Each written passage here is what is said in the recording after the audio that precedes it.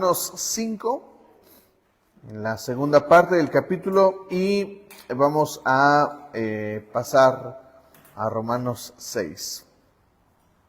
¿Ok? Vamos a leer esta parte en Romanos 5, versículo 12. Gracias, amigo. Romanos 5, versículo 12. Vamos a terminar el capítulo, vamos a tratar de entender esto, porque es importante para pasar al capítulo 6. ¿Okay? Vamos a leerlo, dice así: por medio de un solo hombre, el pecado entró en el mundo, y por medio del pecado entró la muerte. ¿Sí entendemos eso? Por medio de un solo hombre entró el pecado, y el pecado produjo la muerte. Fue así como la muerte pasó a toda la humanidad, porque todos pecaron. Es decir, tenemos que saber que Adán, al desobedecer, que fue precisamente romper un mandamiento, o digamos la ley de Dios, provoca que todo mundo herede el pecado. Por eso tenemos que comprender que nosotros siempre viviremos atados a la ley del pecado mientras estemos en este mundo. Versículo 13 dice: antes de promulgarse la ley, ya existía el pecado en el mundo. Esta frase está buena, ¿no? Antes de promulgarse la ley, ya existía el pecado en el mundo. ¿Por qué? Pues porque ya existía Dios. El hecho de que la ley existe en esencia porque es el corazón de Dios, pero la ley es inspirada ¿por quién? Por Dios. Entonces, mientras Dios exista, aunque Él no diga que hay ley, obviamente hay ley, porque Él gobierna el mundo. Dice la segunda parte: es cierto que el pecado no se toma en cuenta cuando no hay ley. Sin embargo, desde Adán hasta Moisés, la muerte reinó. Incluso sobre los que no pecaron, quebrantando un mandato, como lo hizo Adán, quien es figura de aquel que había de venir. O sea, Adán es figura de Cristo. ¿Por qué? Porque Adán pecó y contaminó al mundo, pero Jesucristo obedeció y salvó al mundo. Entonces es una imagen de Jesús también, Adán. Versículo 15: el pecado de Adán no puede compararse con la gracia de Dios. Pues, si por el pecado de un solo hombre murieron todos, ¿cuánto más el don que vino por la gracia de un solo hombre, Jesucristo, abundó para todos? Tampoco se puede comparar el regalo de Dios con las consecuencias del pecado de Adán. El juicio que lleva a la condenación fue resultado de un solo pecado. Pero la dádiva que lleva a la justificación tiene que ver con una multitud de pecados. Es decir, ¿cuál fue el pecado de Adán? Desobedecer. Ese fue el pecado. El pecado no fue comerse el fruto, el pecado fue desobedecer. La desobediencia es el pecado. Y por un solo pecado fue contaminado el mundo y se multiplicaron los pecados. ¿Me explico? O sea, Adán solamente pecó con desobediencia, pero esto multiplicó los pecados en el mundo. Por eso hay muchos pecados, muchos que surgieron precisamente de un solo pecado. Y después dice: pues si por el pecado de un solo hombre reinó la muerte, con mayor razón los que reciben en abundancia la gracia y el don de la justicia reinarán en vida por medio de uno solo, Jesucristo. Entonces, mientras que un pecado contaminó a la humanidad, Jesucristo limpia todos los pecados. ¿Me explico? No solamente uno, sino todos. Entonces, por eso es importante y mayor la obra de Jesucristo. Por tanto, versículo 18, así como un solo pecado causó la condenación de todos, también un solo acto de justicia produjo la justificación que da vida a todos. Porque así como por la desobediencia de uno solo, muchos fueron hechos pecadores, también por la obediencia de uno solo, muchos serán hechos justos. En cuanto a la ley, Esta intervino para que aumentara el pecado, pero donde abundó el pecado, sobreabundó la gracia. Y así como reinó el pecado en la muerte, también reine también la gracia que nos trae justificación y vida eterna por medio de Jesucristo nuestro Señor. Hoy vamos a comenzar a explorar las leyes espirituales. La ley del pecado, una ley del pecado es esta que está ahí en el versículo 20. Voy a volver a leer. En cuanto a la ley, esta intervino para que aumentara el pecado. Pero donde abundó el pecado, sobreabundó la gracia. ¿Por qué aumenta el pecado? ¿Por qué hay aumento de pecado? ¿Por qué la gente sigue haciendo mal? Bueno, porque es una ley justamente del pecado. El pecado multiplica. ¿Me explico? Entonces, en este sentido, eso es una ley del pecado. El pecado multiplica. Alguien que peca, multiplicará sus pecados. ¿Me estoy explicando? Es algo sencillo, es lógico. Y justo el último versículo es el que nos lleva a analizar el versículo 6. Dice, y así como reinó el pecado en la muerte, reine también la gracia que nos trae justificación y vida eterna por medio de Jesucristo nuestro Señor. Es decir, hay pecado que abunda y hay gracia que abunda. Hay pecado que abunda y hay gracia que abunda. Ahora, vamos a explorar el capítulo 5, vamos a ver el capítulo 6, por favor, porque esta es la pregunta importante. Dice Pablo, ¿qué concluiremos? ¿Vamos a persistir en el pecado para que la gracia abunde? ¿Por qué? Porque donde hay pecado, ¿qué abunda? La gracia. Entonces Pablo dice, bueno, entonces, ¿qué haremos? ¿Vas a pecar para que abunde la gracia?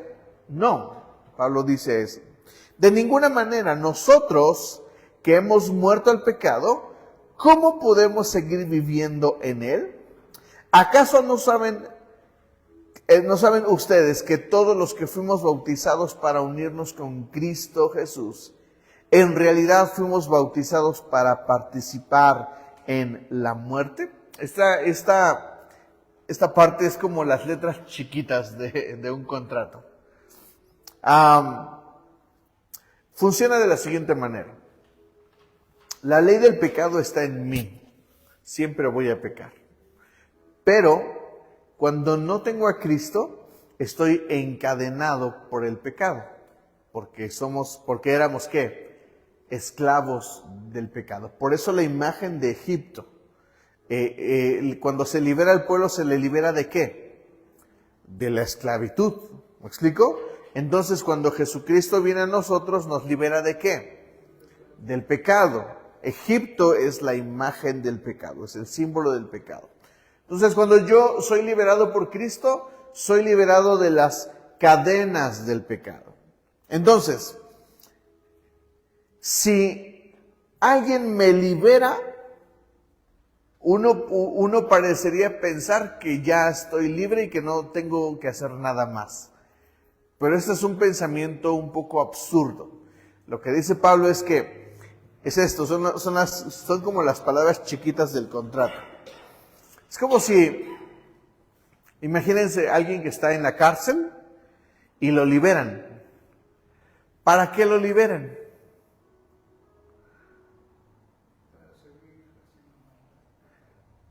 Una persona puede elegir entre dos cosas. Una,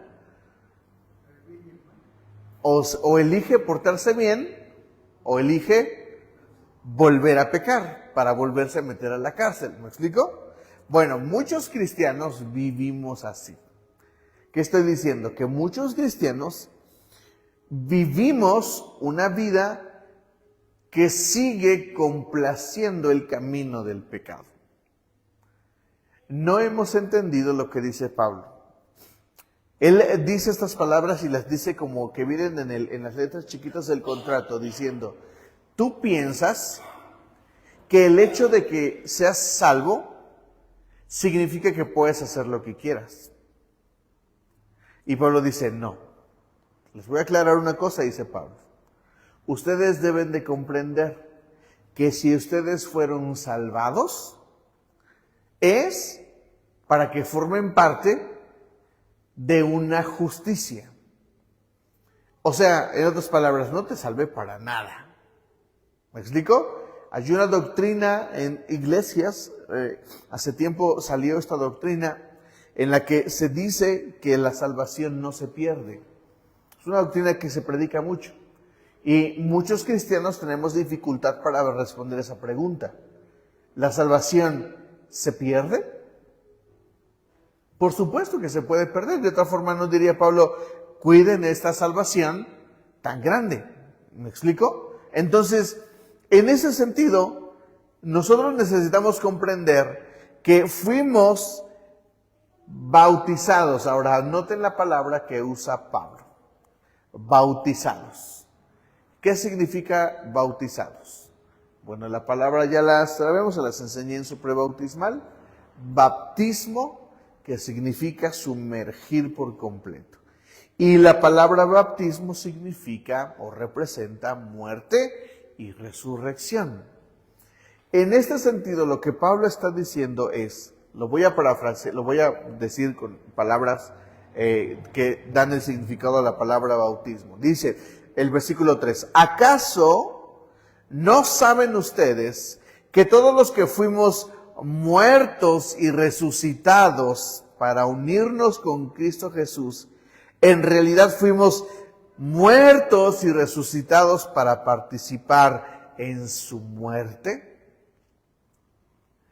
Está extraño, ¿no? Cuando yo vengo a Cristo, yo muero. ¿Muero a qué? Al pecado. ¿Y ahora vivo para qué? Para Cristo. ¿Y qué es la vida en Cristo? Bueno, sigamos leyendo.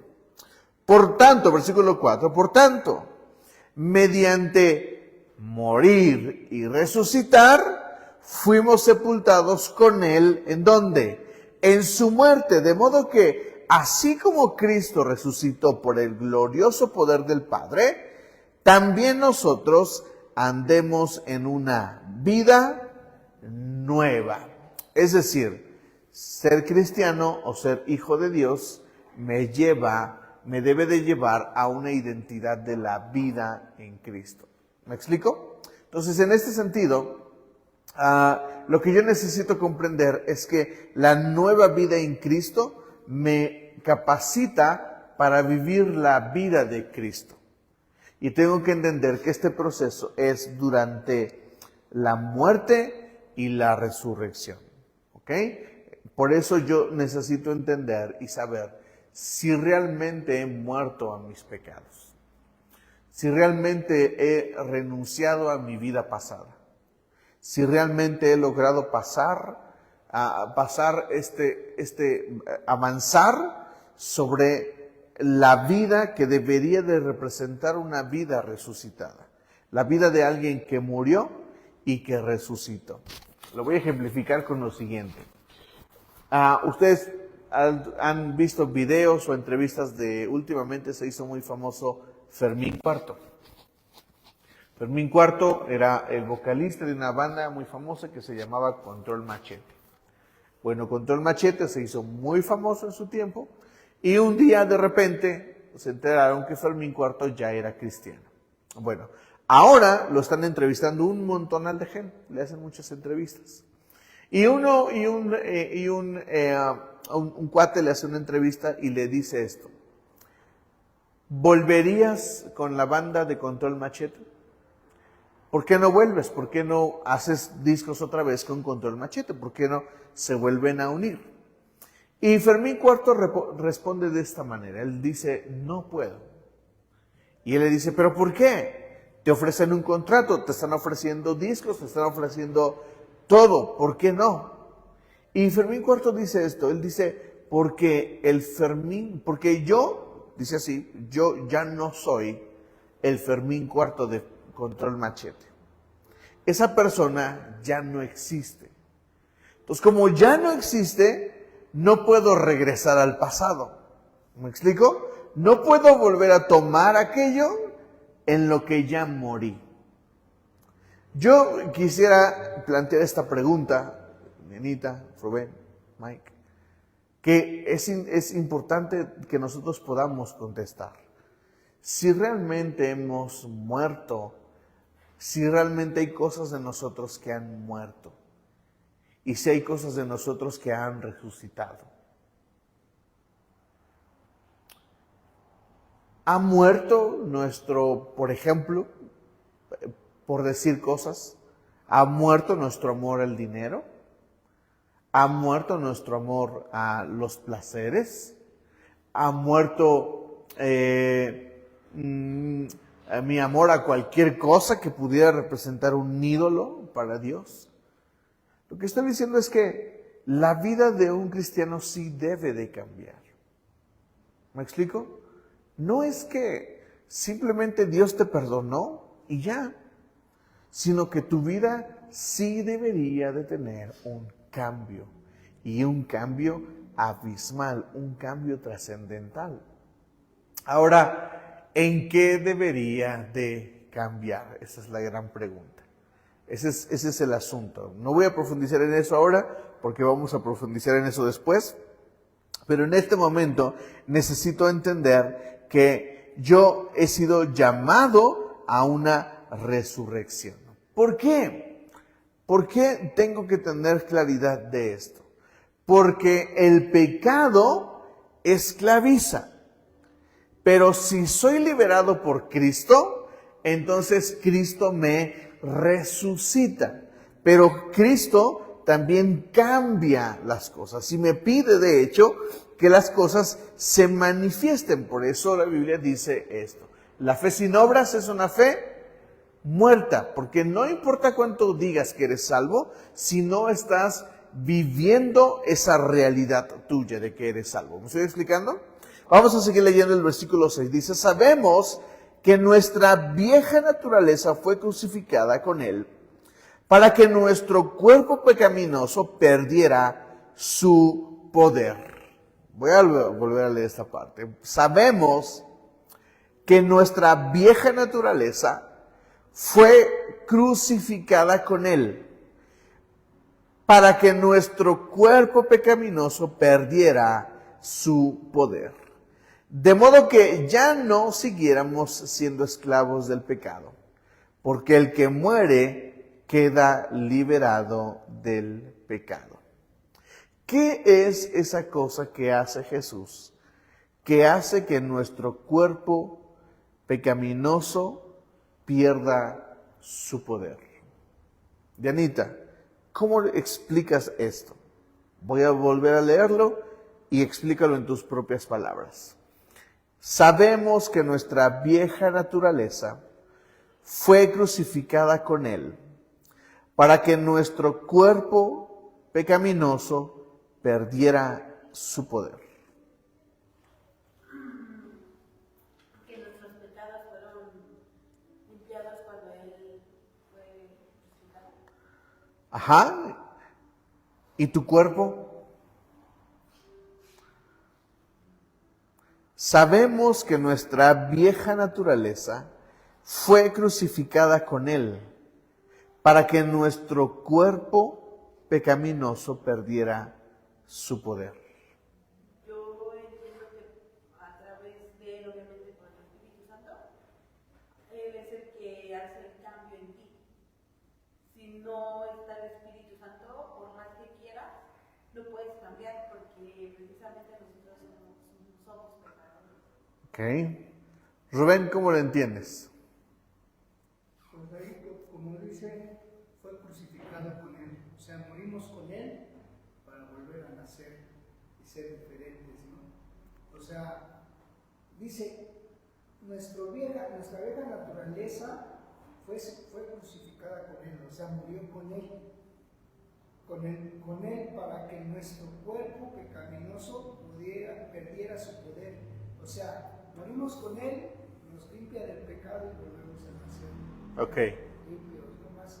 Y es como dices, tenemos que cambiar, porque si no cambiamos en algunas cosas, seguimos siendo los mismos como este chavo, ¿no? Yo, por ejemplo, adoraba ir al baile, Y ahora ya para mí no es importante cuando me hablan los amigos, ay, va a ver, no, no puedo. Prefiero estar con mi familia tranquilo, a irme a emborrachar con ustedes, o que se presente una chava de las de antes y me empiece a ir y yo haga algo que no debo de hacer. Ok. Entonces, en ese aspecto ya cambié. El dinero, desafortunadamente, es parte del mundo, ¿no? Para comer, para vestirte. Y por eso trabajamos, o sea, no es de ahora. Como dices tú, y dijo Jesús, el que trabaje, que coma, y el que no, pues no. Pero más allá de robarme algo, desear lo que tiene el vecino, el que tiene mucho, ¿no? Sí. ¿Les ha pasado que cometemos un pecado, luego lo dejamos y luego lo volvemos a cometer? ¿Sí les ha pasado? A mí me pasa. Antes de... Es que depende del pecado, ¿no? Cualquiera, piensen en cualquiera, ¿no? Por ejemplo, mentir, que llamamos regularmente pecados pequeños, pero es pecado, ¿me explico? Chismear es pecado, que lo hacemos, pero, ¿sí me explico? Por ejemplo, en el teléfono, ¿no? Estás viendo el Face o eso, y sale una chava en bikini y tú la ves y dices, ay, pero sabes que estás pecando, que ya no puedes hacer eso, ¿no? Sí. De decir, uy, qué bien está la chava, uy, imagínate, empieza a hacer en la mente tonterías. Ahora la ves y dices, ya no puedo, ¿no? Con el cambio, pero estás pecando porque la estás viendo, ya la ves, ay, o sea. Sí, como tú dices, posiblemente pensamos que son pecados pequeños, son una mentira, pero seguimos pecando. Ok, planteo esta pregunta. ¿Podemos pelear con esos pecados? Humanamente, no, porque vivimos atados a la ley del pecado. Eso significa que siempre vamos a pecar. Lo que dice Pablo es que la muerte de Cristo provoca que mi cuerpo pecaminoso pierda poder. Lo que quiero esta noche es hablarles acerca de... Alberto Motesi lo plantea así. Alberto Motesi es un predicador bien famoso. Él dice que cuando él ora en las mañanas, él lo dijo en una entrevista, y se oye más bonito en la entrevista de como lo voy a decir ahorita, pero se escucha bonito. Él dice que él comete asesinato todas las mañanas. Y cuando lo dijo, todo el mundo se sorprendió. Y luego le explica esto. Él dice que es como si todas las mañanas él tomara una pistola y matara al Alberto Motesi pecador. ¿Me explico? Lo que quiero decirles esta noche es que nuestra labor como hijos de Dios respecto del pecado es que nosotros moramos todos los días. ¿Cuándo hay que morir? Todos los días. La lucha contra el pecado es una lucha muy hartante, muy desgastante. A veces, en vez de luchar bien, nos convertimos en personas religiosas, nos hacemos legalistas y perdemos el rumbo. Lo que tenemos que comprender es que cuando pasa eso, sucede porque nosotros estamos peleando en nuestras propias fuerzas contra el pecado. Pero este versículo dice que hay algo que le quita fuerza a mi cuerpo pecaminoso. ¿Y qué es? ¿Qué es? La muerte de Cristo. Entonces, ¿qué es lo que me hace morir y vivir? ¿Yo mismo o la muerte de Cristo? ¿Me entienden? Ahora les pregunto, ¿cómo podemos ser más santos? ¿Luchando o esforzándonos por ser mejores o permitir que la muerte de Cristo me vivifique? ¿Qué es más fácil? Que la muerte de Cristo me vivifique. ¿Me estoy explicando? Quisiera alivianar esta carga que todos llevamos, porque todos queremos agradar a Dios.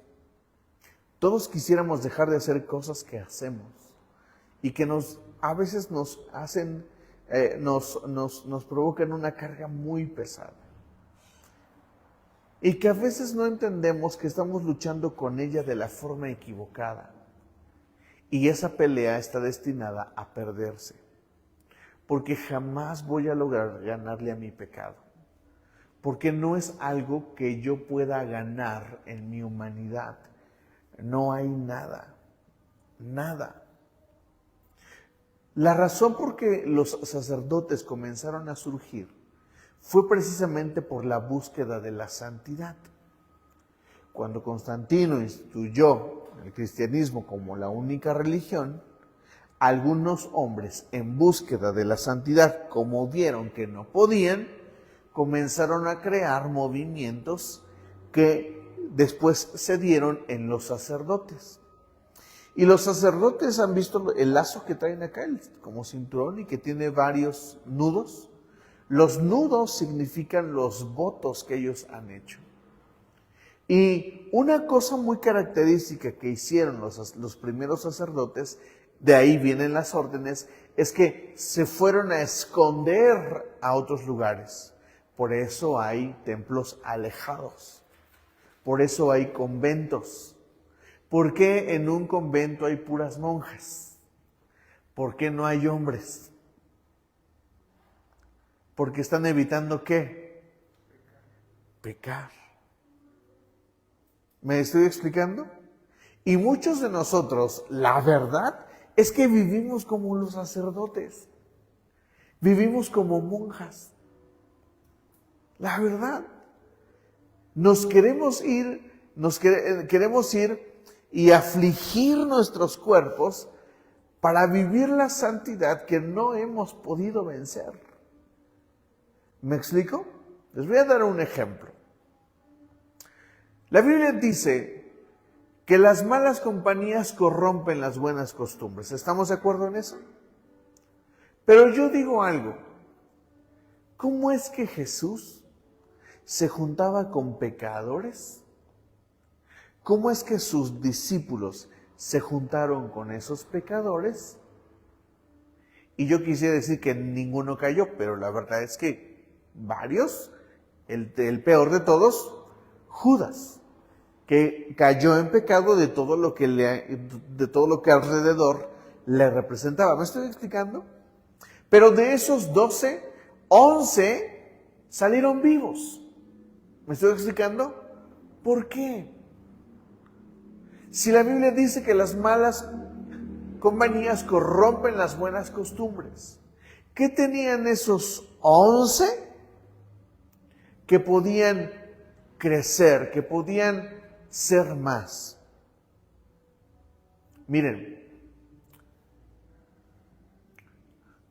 conozco algunas personitas que están en esferas muy importantes, en esferas de política, en esferas de muchas cosas. ¿Me explico? No estoy presumiendo que conozco gente famosa, ni siquiera son famosos. Solo lo que estoy diciendo es que ellos están en círculos importantes. Ahora, lo que quiero decir es esto.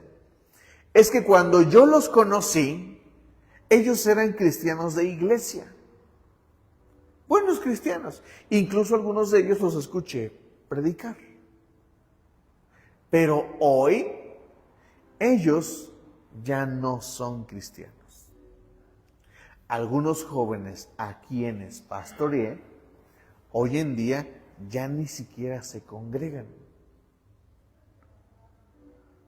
Porque hemos tratado de pelear una batalla que simplemente tiene garantizada la derrota.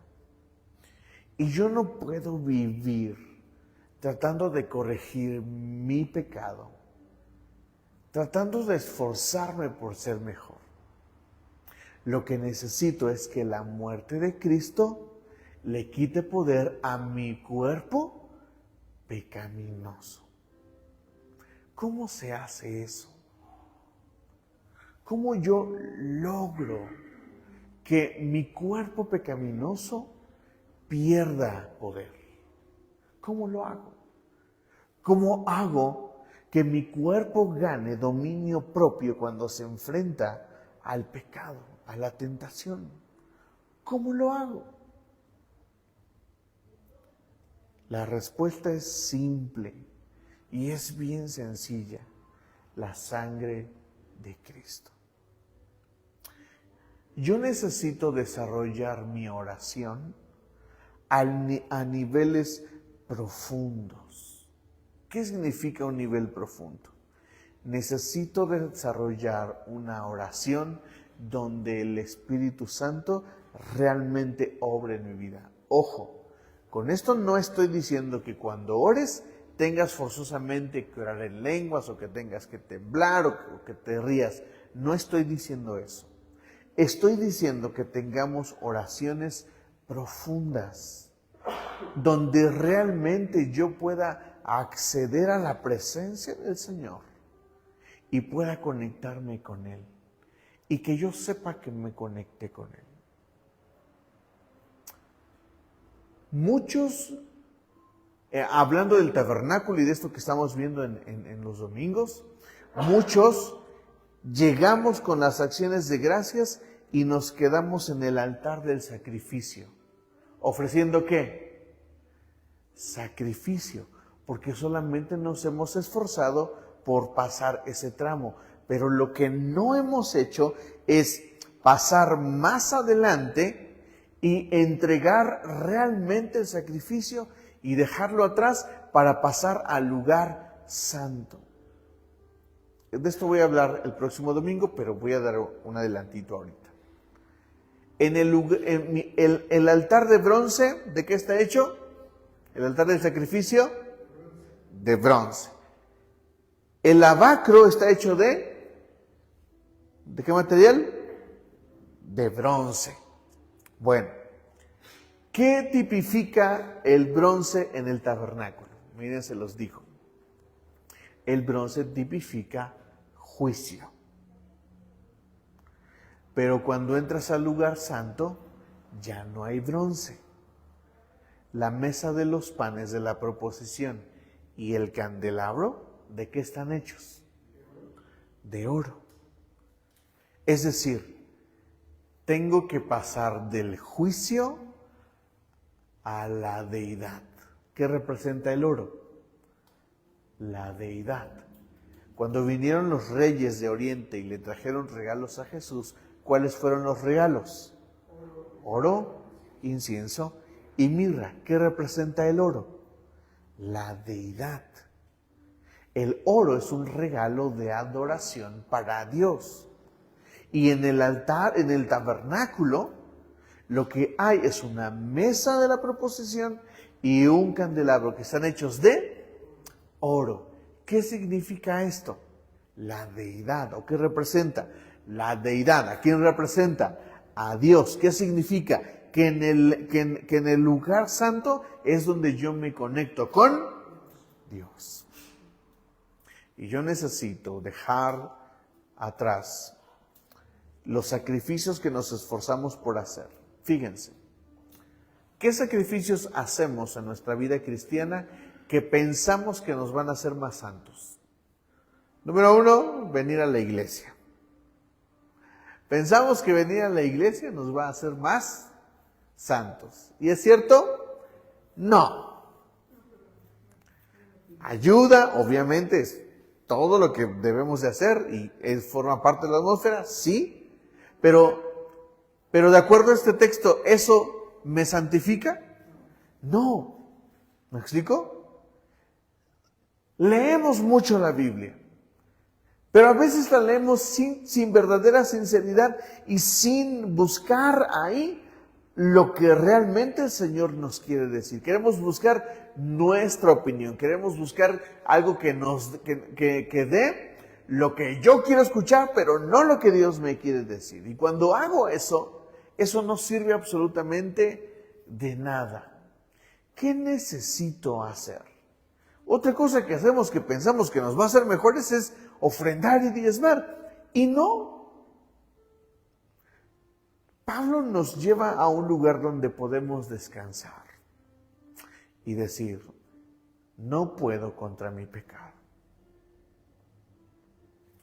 Y Pablo lo aclara por si las moscas y dice, eso no se puede. Después vamos a explorar la ley del pecado, pero la ley del pecado básicamente es, vas a pecar toda la vida. ¿Quieres buscar dejar de pecar menos? La sangre de Cristo, su muerte y su resurrección. Mi muerte y mi resurrección. Mis oraciones deberían de estar encaminadas a morir más y vivir más. La Biblia nos presenta una parábola y es la de la semilla. Y dice así la palabra. La semilla, para que brote, tiene que morir. Una semilla no puede dar fruto, sino primero muere. ¿De qué forma puedo yo entonces morir más para vivir más? En mis oraciones. Necesito presentarme ante el Señor cada día y decirle, Señor, hoy decido morir. Ahora se preguntarán, ¿pero cómo debo de orar? Con eso terminamos. Debo de orar así. Señor, en el nombre de Jesús, hoy deseo morir hoy quiero morir y menciono mi pecado. Señor, hoy quisiera morir, hoy quiero morir, hoy busco morir y menciono mi pecado. Así de simple. ¿Vieron el domingo cómo fue ministrada Dulce? No es que haya una especie de superunción sobre mí, no es cierto. Hay una unción de Dios. Su oración fue la que operó la unción. Su oración. ¿Te acuerdas cuando oraste y pediste perdón y que tu dedo fue sanado? Eso es morir. El asunto es que cuando somos cristianos pensamos que ya no hay nada más a que morir, pero hay mucho a que morir. ¿Me explico? Yo todos los días tengo que morir a algo. ¿A qué necesitamos morir? Yo te preguntaría hoy. ¿A qué necesitas morir? Bueno, ve a tu cuarto, ora y dile al Señor, Señor, hoy yo quiero morir. Renuncio me entrego esto. Y no se hace una sola vez, se hace constantemente. Y esas son las oraciones que nosotros deberíamos de hacer más fluidamente todo el tiempo. Voy a leer un poco más y terminamos. Sabemos que nuestra vieja naturaleza fue crucificada con Él para que nuestro cuerpo pecaminoso perdiera su poder.